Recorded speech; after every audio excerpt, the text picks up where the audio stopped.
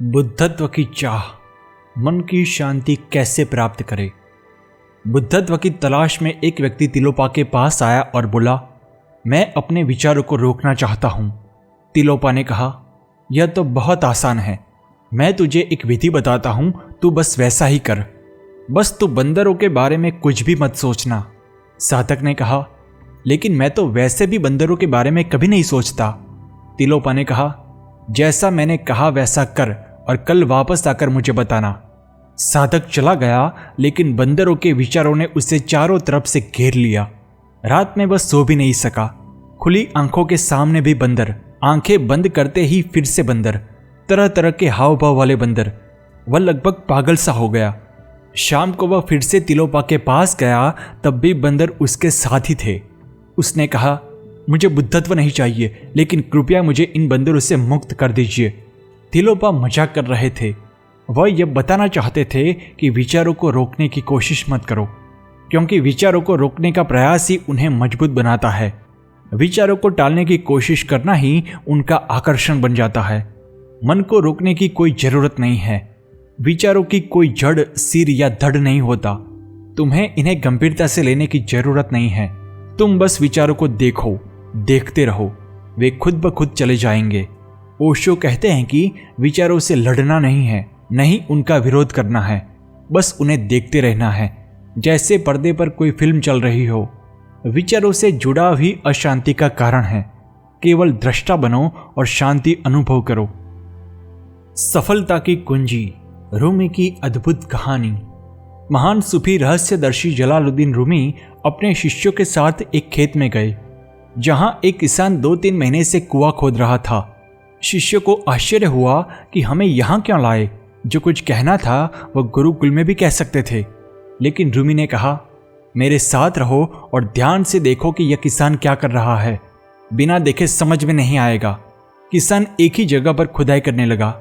10-12 foot खुदाई करने के बाद भी पानी नहीं निकला तो उसने दूसरा गड्ढा खोदना शुरू किया, फिर तीसरा, चौथा, 5वां, और इस तरह उसने 10 गड्ढे खोद डाले, जैसे पूरा खेत ही खोदने पर तुले हो। रूमी ने अपने शिष्यों से कहा, इस मूर्ख की तरह मत बनो।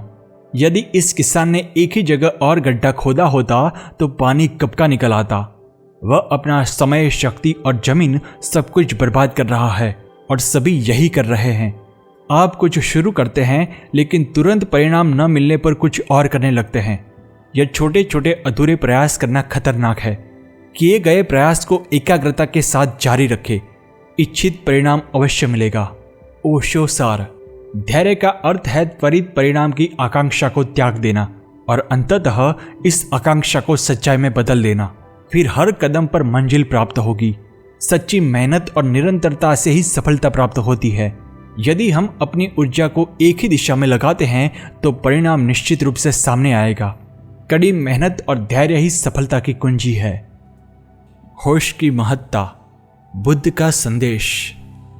गौतम बुद्ध और उनके शिष्य आनंद वन में टहल रहे थे।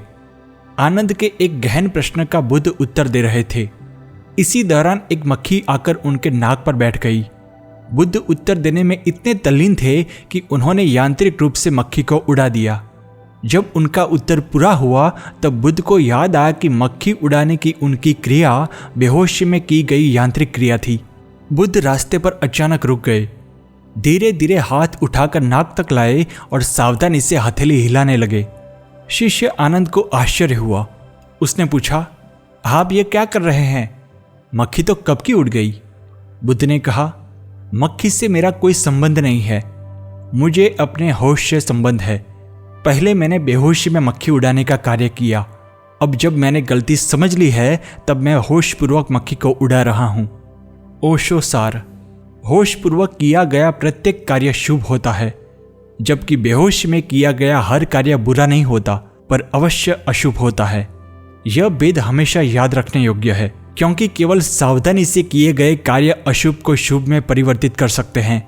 सामान्य कार्य भी अगर यांत्रिक न हो और पूरी तरह होश में हो तो वह साधना भी है और साध्य भी। होशपूर्वक से किया गया हर कार्य हमें हमारे उद्देश्यों की ओर एक कदम और बढ़ाता है। जब हम होश में रहते हैं तब हम अपने कार्यों के परिणामों को सही दिशा में मोड़ सकते हैं। विचारों का जल, मन की निर्मलता। बुद्ध एक आश्रम में ध्यान कर रहे थे। दिन का समय था और सूरज तेजी से चमक रहा था। बुद्ध को प्यास लगी, इसलिए उन्होंने अपने शिष्य आनंद से कहा, हम 3 मील पहले एक नदी पार करके आए हैं, तुम वापस जाओ और मेरे लिए पानी भर लाओ। बुद्ध एक पेड़ के नीचे आराम करने लगे और आनंद पानी लेने चला गया। जैसे ही वह नदी के करीब पहुंचा, वहां से कुछ बैल गुजरे, जिससे पानी गंदा हो गया। सूखे पत्ते और कचरा पानी की सतह पर तैरने लगे। अब पानी पीने लायक नहीं रहा। आनंद ने पानी साफ करने की कोशिश की, लेकिन वह और भी गंदा होता गया।